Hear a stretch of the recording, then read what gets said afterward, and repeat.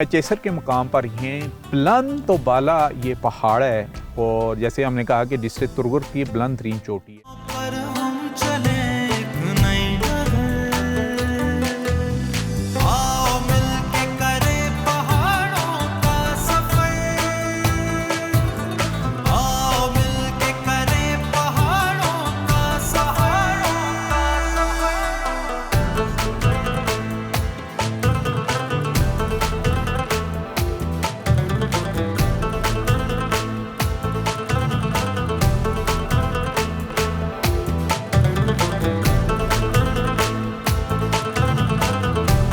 इस बुलंद पहाड़ी के मुकाम से हज़ारा डिवीजन के तमाम पहाड़ियाँ वाज़ा तौर पर दिखाई देती हैं।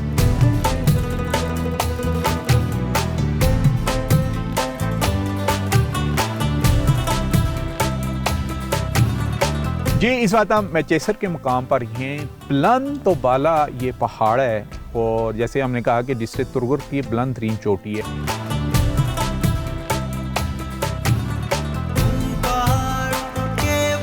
दुश्वार गुजार रास्ते के बाद आखिरकार हम यहाँ पर पहुँच आए, तो ज़रा हमें बताइएगा क्या खूबसूरती है और ख़ास करके खामोशी और बर्फ़ तो हमें नज़र आ रही है, लेकिन बर्फ़ के साथ साथ जो यहाँ पर सुकून है और माशाल्लाह सूरज की किरणें। फ़र्स्ट ऑफ़ ऑल तो मैं आपको मुबारकबाद पेश करना चाहूँगा कि आपने तुरगुर में 2 इंतहाई कामयाब प्रोग्राम किए, क्योंकि तुरगुर की जो ब्यूटी थी वो मेन स्ट्रीम मीडिया से अभी तक छुपी हुई थी।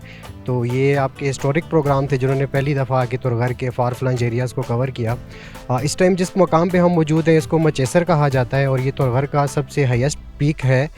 इसकी हाइट जो सी लेवल से बनती है वो तकरीबन 9700 फीट बनती है और इसकी यूनिकनेस जो है इसका ऑर्गेनिक एनवायरनमेंट है, इसकी ब्यूटी है, इसका ब्यूटीफुल लैंडस्केप है। जिस तरह आप मेरे बैकग्राउंड में देख सकते हैं, आपको ईस्ट साइड पे अगरोड़ वैली का इंतहाई दिलफरेब मंजर नज़र आ रहा है और जब आप नॉर्थ वेस्ट की तरफ देखेंगे तो आपको डिस्ट्रिक्ट बटाग्राम नज़र आ रहा है। इसके अलावा आप फार बैक में देखें तो आपको डिस्ट्रिक्ट मानसेरा की जितनी भी नॉर्दर्न हाई पीक्स हैं वो सारी नज़र आ रही हैं, जिनमें नेमली है हमारी मकड़ा पीक है, टाइगर पीक है। इसके अलावा हमारी और भी जो लोकल मूसा का मसल्ला है जो डिस्ट्रिक्ट मानसेरा के करीब तरीन पीक्स हैं वो भी सारी इस पॉइंट से नज़र आती हैं। इसके अलावा इस एरिया का में ज़्यादातर जो आबादी है लोकल वो नोमैड्स की है, जो कि समर में यहाँ पे आते हैं और यहाँ के मेडोज़ को अपने हर्ड्स के लिए यूटिलाइज़ करते हैं। विंटर में यहाँ पे क्योंकि ये एक इंतहाई सर्द एरिया है, यहाँ पे रहना थोड़ा सा दुश्वार गुजार है, क्योंकि यहाँ के आपने आते हुए सड़क का भी देखा होगा और जिस तरह का एनवायरनमेंट है यहाँ पे एक हार्श एंड एक्सट्रीम किस्म का। अच्छा, कुछ लोग यहाँ पर रह जाते होंगे और कुछ लोग वापस नीचे। जी, कुछ लोग ऐसे भी हैं जो विंटर में भी यहाँ पे स्टे करते हैं। लोगों का सोर्स ऑफ इनकम क्या है यहाँ? लोगों का सोर्स ऑफ इनकम बेसिकली यहाँ पे हर्ड्स ही हैं, उनकी देखभाल करना, माल मवेशी रखना, उनसे उनकी वूल वगैरह और इस तरह की चीज़ें। इसके अलावा यहाँ पे अभी तो चूँकि अब स्नोफॉल है, यहाँ पे कोई इस तरह की कल्टीवेशन या क्रॉप्स नहीं हो सकती, बट जब समर में ये मेडोज़ जब लश ग्रीन्स हो जाते हैं तो यहाँ पे छोटे पैमाने पे कुछ लोकल फसलें वगैरह भी उगाई जाती हैं जिनसे लोग अपना यहाँ पे गुजर बसर करते हैं। टूरिज़्म के ऊपर आते हैं, हमने तो ये खूबसूरत पीक्स एक्सप्लोर कर दिए हैं और फर्स्ट टाइम किए हैं।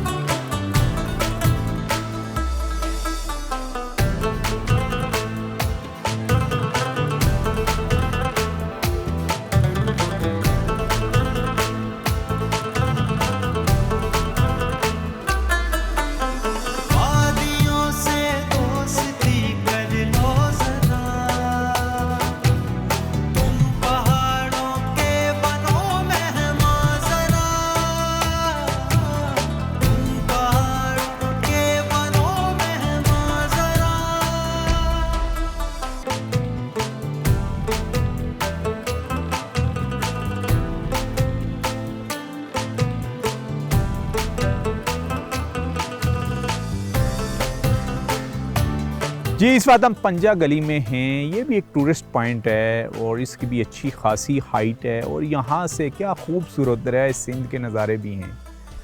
यहाँ पर एक छोटा सा होटल भी है देसी टाइप का, जिसको ढाबा भी कह सकते हैं आप। यूथ ऑफिसर उस्मान साहब हैं हमारे साथ डिस्ट्रिक्ट तुरगुर से, उनसे भी हम पूछेंगे, थोड़ी सी यूथ के बारे में बात होगी। जी उस्मान साहब बताइएगा, सबसे पहले माशाल्लाह, इतनी खूबसूरत प्लेस। क्या यूथ को लेके कभी आए यहाँ पर आप? जी बिल्कुल, हमने चंद माह पहले ही यहाँ पे एक बड़ा यूथ समर गाला का इनेकाद किया था, जिसमें हमने मुख्तलिफ़ किस्म की एक्टिविटीज़, जिनमें हाइकिंग थी, पेंटिंग कंपटीशन था, स्केचिंग कंपटीशन था, उसके साथ मैराथन रेस थी, और फिर हमने मेंटल हेल्थ पे भी अवेयरनेस सेशन किया था इधर ऊपर।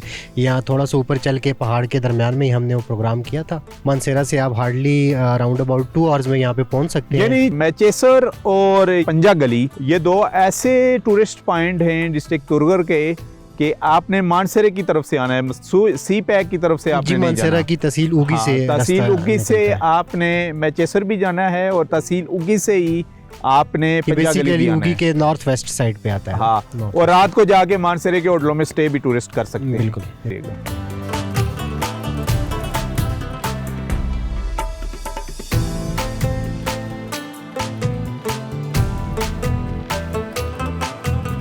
ज़िला तुरगर क्योंकि किसी ज़माने में इलाका गैर रहा है, और यही वजह है कि यहाँ के बड़े बड़े खानों यानी सरदारों के घरों के ऊपर आज भी मोर्चे बने हुए दिखाई देते हैं, जो ना सिर्फ सरदारों के घरों के पहरादारी के लिए इस्तेमाल होते हैं, बल्कि ये मोर्चे इलाके के दफा के लिए भी इस्तेमाल किए जाते हैं।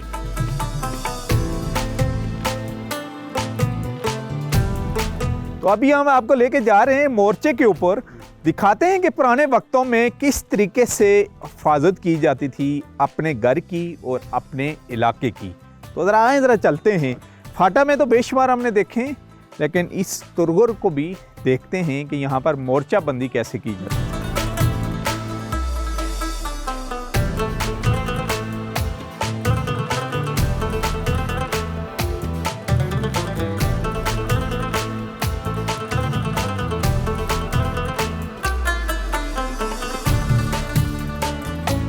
ये तकरीबन 1992 से 95 के दरमियान इस पे तकरीबन 5 गोले लगे हैं बाहर सेट से। तो ये गोला जो है ना पार होके ये सीढ़ी से लग के सामने ब्लास्ट हुआ था। अच्छा।